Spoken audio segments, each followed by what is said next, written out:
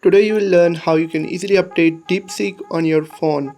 Make sure to watch the video till end so you don't make a single mistake.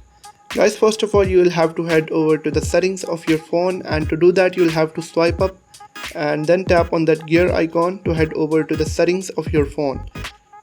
Now you'll have to scroll down all the way to head over to the app section, then tap on apps. Now you'll have to look for Deepseek in this list. Once you have found Deepseek, you'll have to tap on Deepseek, and then you'll have to tap on storage section. Now first you will have to tap on clear cache. It will help you clear all the cache files that are just taking space on your phone and making your phone run slow. Now go back. Clearing these files would not delete any of your data. Keep this thing in mind.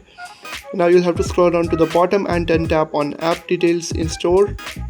Now you'll be taken to Google Play Store, where you'll be able to find an option of updating Deepseek AI, and you'll just have to tap on that update option and you'll be able to get all the latest updates and features in Deepseek AI. I have already updated it, and that's all about this video. If this helped you out, hit that subscribe button below. It really supports the channel.